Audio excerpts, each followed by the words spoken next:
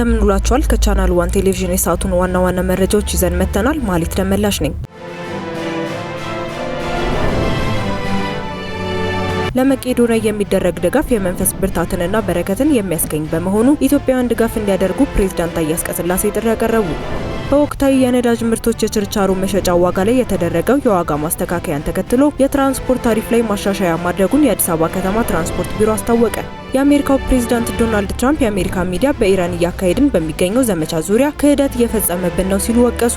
ሳውዲ አረቢያና የተባበሩት አረብ ኤምሬትስ ኢራን እየፈጸመችው ያለችውን ጥቃት የኃጢአት ድርጊት ነው አሉት። ሁለቱ ሀገራት ራሳቸውን ለመከላከል ሁሉንም አቅም እንደሚጠቀሙ አስታውቀዋል። ስትራቴጂካዊ ጠቀሜታ ያለው የሆርሙዝ ወሽመጥ ከአሜሪካ፣ እስራኤልና ከአጋሮቻቸው በስተቀር ለሁሉም ሀገራት ክፍት መሆኑን ኢራን አስታወቀች።